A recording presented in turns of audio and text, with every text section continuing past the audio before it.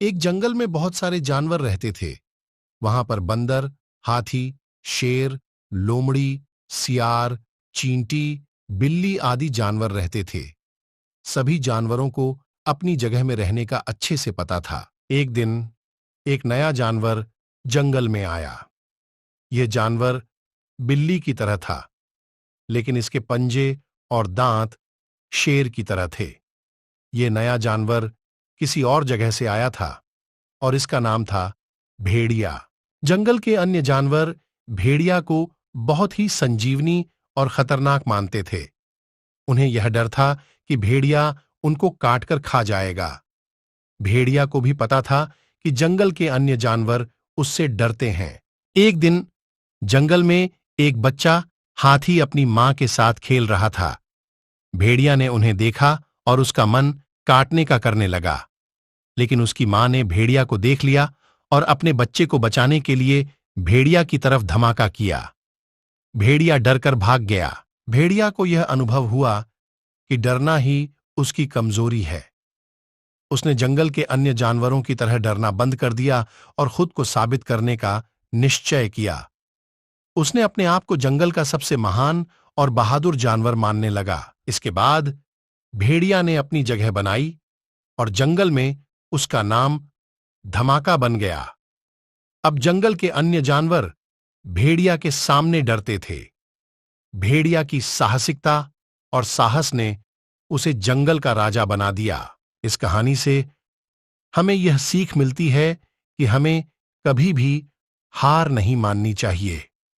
अपने डर को पार करके हम अपनी मंजिल को हासिल कर सकते हैं।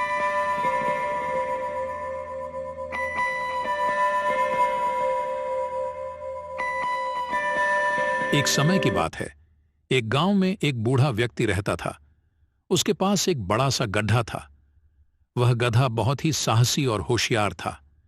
एक दिन गांव के लोग एक जंगल में एक शेर को पकड़ लेते हैं और उसे गांव में लाकर बांध देते हैं। शेर को गांव में लाकर गांव के लोग उसके आगे पीछे उत्साहित हो जाते हैं, लेकिन बूढ़ा व्यक्ति ने गधे को समझाया कि शेर का प्राकृतिक स्वभाव है कि वह जंगल का राजा है और उसे गांव में रखने से वह खुश नहीं रहेगा।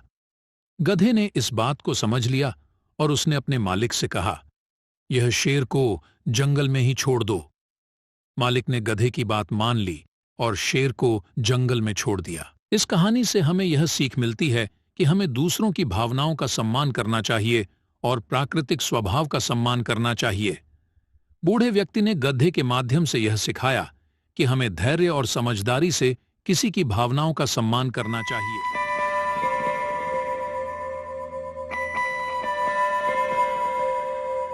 एक छोटे से गांव में रामू नाम का एक चतुर किसान रहता था।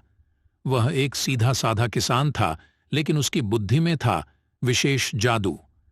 गांव के लोग उसे अक्सर सलाह देने के लिए बुलाते थे। वह हमेशा उन्हें अच्छे से सलाह देता था और उनकी मदद करता था। एक दिन गांव के राजा ने एक चुनौती दी।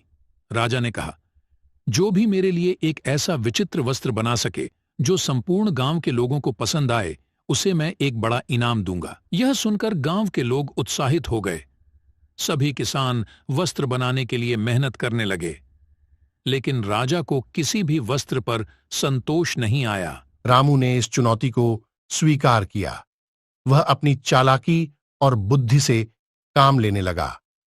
उसने एक वस्त्र बनाया जो जादूगरों की तरह चमक रहा था। रामू ने अपने बनाए हुए वस्त्र को राजा के सामने प्रस्तुत किया। राजा ने उसे बड़े आश्चर्य से देखा। उसे वस्त्र इतना पसंद आया कि उसने रामू को बड़ा इनाम देने का वादा किया। लेकिन राजा के आदेश के बावजूद एक जादूगर राजा के महल में घुस आया और राजा को एक विशेष वस्त्र पहना दिया। वह वस्त्र राजा को अपने वश में कर लिया। रामू ने जादूगर के वस्त्र को देखा और समझा कि यह कोई अमानुषिक शक्ति का कार्य है। उसने अपनी बुद्धि का प्रयोग करते हुए राजा की मदद की। उसने जादूगर को पहचान लिया और उसके वस्त्र को उतारकर राजा को स्वतंत्र कर दिया। राजा ने रामू को बड़ा इनाम दिया और उसे अपने मंत्रिमंडल में शामिल किया। इस घटना ने साबित किया कि बुद्धि और साहस का इस्तेमाल करने से हर मुश्किल को आसानी से पार किया जा सकता है।